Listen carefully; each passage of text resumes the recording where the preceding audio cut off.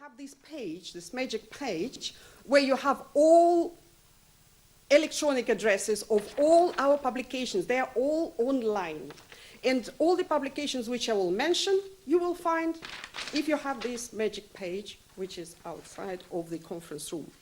Well, I would like just to say that our experience in the Black Sea initiative, which resulted with a beautiful publication, which became possible with the financial support of the Norwegian government, and namely the Ministry of Education and Research. And also, it was published in Norway, Gindeldine Publishing House. It means that our cooperation was very, very close.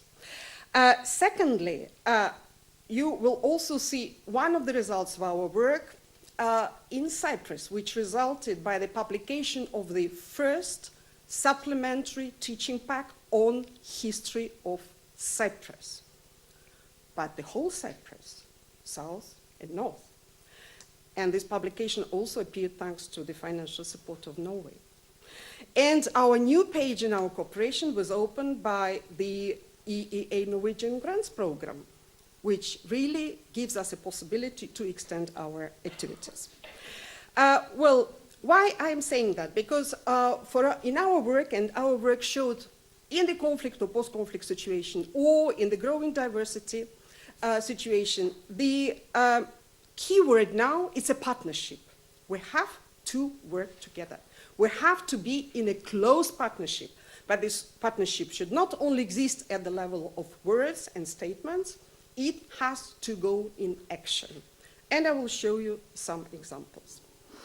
My flash number 2 goes to the Council of Europe. I would like just maybe to remind you that we have 47 member states, and the location, geographical location of these 47 member states, we call it a Greater Europe, but in fact it's a part of Asia. It's a very big part of Asia. If we think that our member states are Turkey and the Russian Federation on the map, it will be really, really big territory.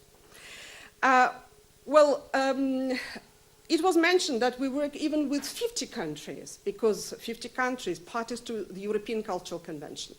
And this is a very important document. And using this occasion, I would like to draw your attention that next year, 2014, will not be marked only by the reflections on the results and outcomes of the First World War, which is very important, but also it will be marked by the 60th anniversary of the adoption of the European Cultural Convention. And this document, already in 1954, stressed how important history teaching and languages are to enable people to overcome these borders and to cooperate, to be together. And I think that this year will give us the new possibility to reflect on what we should do in this particular context. My flash number 3 goes to the link between history teaching and human rights education. Well, a lot of things have been said, but I would like just as bullet points to go to the following issues. First of all, for the Council of Europe, there is no question whether these subjects are linked or not. Of course, they are linked by their nature, because our organization appeared in 1949 on the ashes of the Second World War, and it appeared with a view of avoiding in future these horrible conflicts, but also how? Through protection of human rights.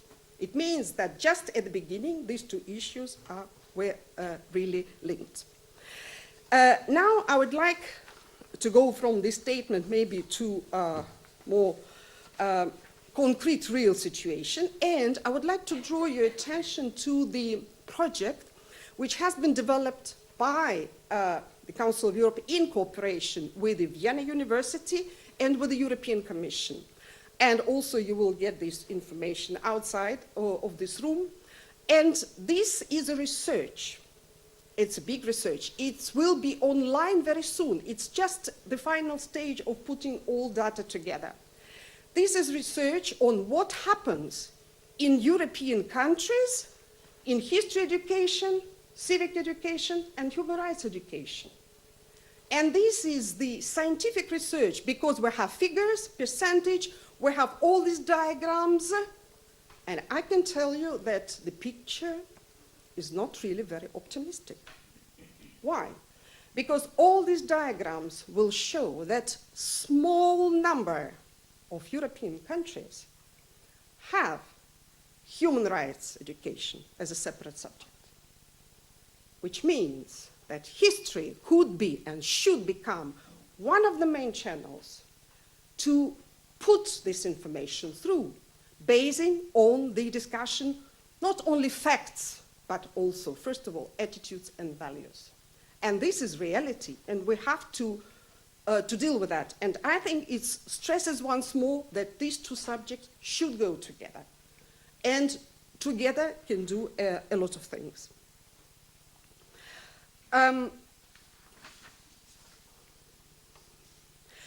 Now, well, my flash, number 4, well, it's beautiful picture, I mean, what I said just now. Now, how we can do it? How? Well, this question I heard during the coffee breaks coming from different people. How? Well, first of all, to do something, we have to have tools. What tools do we have in the Council of Europe? And what tools we can propose to politicians, because we're an intergovernmental organization, to the members of the parliament to reflect on, because we have Parliamentary Assembly of the Council of Europe, this level, also to educators through the ministries of education, but also through NGOs, and the role of NGOs are very important. And in the Council of Europe, we always stress that though this is the intergovernmental organization, NGOs now are playing crucial role. And you will see what does it mean in practical terms later on. Well, what do we have as a tools? First of all, we have our recommendations. And on the website, you will find all these recommendations. Recommendations on history teaching, on teaching history in the 21st century, on intercultural dialogue and the image of the other in teaching history, and basing on the topic of this session, I would like to draw your attention to the Parliamentary Assembly recommendation which we prepared together, and which is based on our experience, is teaching history in conflict and post-conflict areas. Well, what these recommendations can give to history educators? A lot.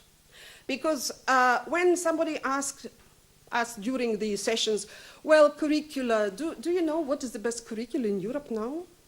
What does it mean, the best curricula? Because they're all different. And there is an answer. The best curricula on history teaching or human rights education is the curricula which has free space for teachers' creativity. Well, this is the practical answer. Why? Because teachers, these recommendations have been adopted by the Committee of Ministers, which means that the governments of the 47 member states agreed on that. It becomes, since then, it becomes the political frame. It means that it becomes a very important tool in the hands of teachers who can come to a classroom with additional materials, with another points of view, and use this as a platform for creativity and also being an active citizen. And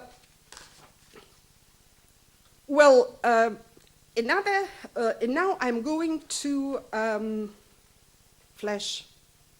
The next flash is on teaching history in conflict and post-conflict areas. Just to be complementary to Audrey, I would like because Audrey gave very interesting classification of the conflict situations, I would like just maybe to add another angle how to look at these situations. And first of all, if we deal with the conflicts, we have different types of conflicts, for example, but we stay in the real conflicts, not positive but negative ones. Because we are dealing mainly with the negative situations in the Council, trying to improve it. Well, we have military conflicts, ongoing military conflicts. We have frozen conflicts. We have potential conflicts. And within our programs, we are dealing with all these kind of conflicts. And I can give you some examples. For example, military conflicts. We had a unique experience within our project with the Chechen Republic during 2 wars which took place in this republic, where history teachers were coming to our seminars from the front line. And they were really working very hard trying to reflect on what? Because there's ongoing conflict. Can we stop the conflict? Of course, we need political solution. But what was the most important thing for them? What will happen after? After, when the conflict politically is set up. And here we're coming to a very important role, which I would like to stress particularly, that conflicts are not disappearing even when peace treaties are signed. These well, I don't want to use the word borders, because borders for us, it's more geopolitical notion. Dividing lines, they are staying in the heads of people, in their memories. And this is very important, what we are doing with these dividing lines. When we started to work in this area, conflict and post-conflict situations, we had a lot of problems, a lot of difficulties. And first question which we were asked, because we worked in Bosnia, in Serbia, we worked in Cyprus, we had a big program for the Northern Caucasus of the Russian Federation, we worked in the Black Sea, well, we worked in the most difficult areas, and everywhere at the beginning we were asked the same question. But maybe we can just stop teaching history, because history can put more oil in the fire. Let's stop teaching it. And a lot of people, they referred to the experience of Portugal, because after Salazar Portugal, officially, they took the decision to stop teaching history, because it was too sensitive, too difficult, just to stop. When the conflicts will go, then we will continue. Well, another point of view was, should we just pop in teaching history now, when the conflict or the memories of the conflicts are still there, or we should wait? And here we had beautiful example. Everybody liked to tell me, you see, France and Germany, how many years passed since this conflict? More than 30 years. Okay, well, let's wait 30 years, and then we will start working together. Well, but our experience showed that it is not possible, and that the new generation, the memories of the new generation, become more nationalistic in comparison of those who knew the situation before the conflict. And here we have a very good example of Cyprus, because the older generation knew what happened and how different communities were living in Cyprus before 1974. The new generation, they don't know. It means that their heads could be stuffed, manipulated, and brainwashed much more easier than in other situations. Now, one of the last my flashes is, what does it mean to, what we have to have in mind when we speak about teaching history or human rights education in conflict or post-conflict areas? First of all, we have to prepare ourselves that we have very strong polarization of emotions. The emotional situation is very, very strong. And because of that, practical step from our experience coming, practical step, the first step is listening and sharing.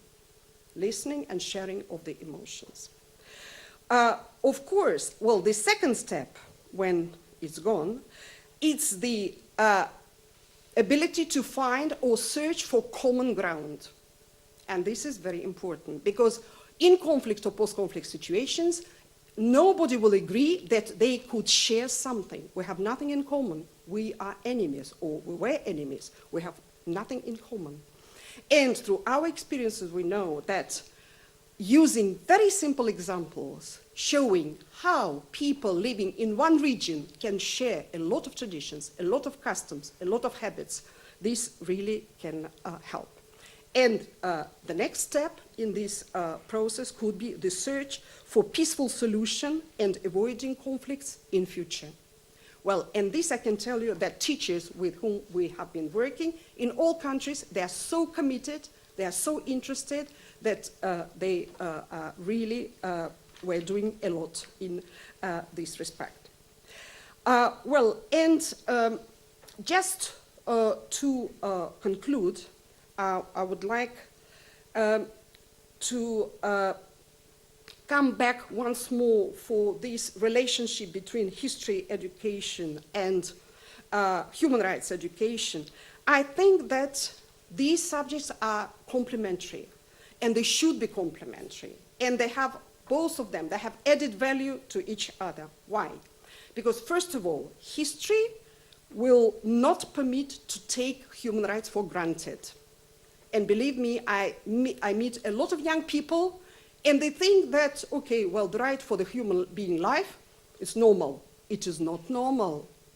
And all the historical process shows that it was a really, really very difficult process and a very long process until humanity realized that human being life has a value. Also, this interaction between these subjects could and should show how this process was developed, and also and provide the understanding in depth of very complicated, and I agree with Audrey when she said we should not simplify things when we speak about human rights. For example, the notion of justice or injustice, because what we consider injustice in ancient time was a heroic deed. And this, in long run of history, I think that young generation will be able not only to appreciate, not only to use, but also to value the human rights, what we have achieved up till now, and what we can achieve in the future. Thank you.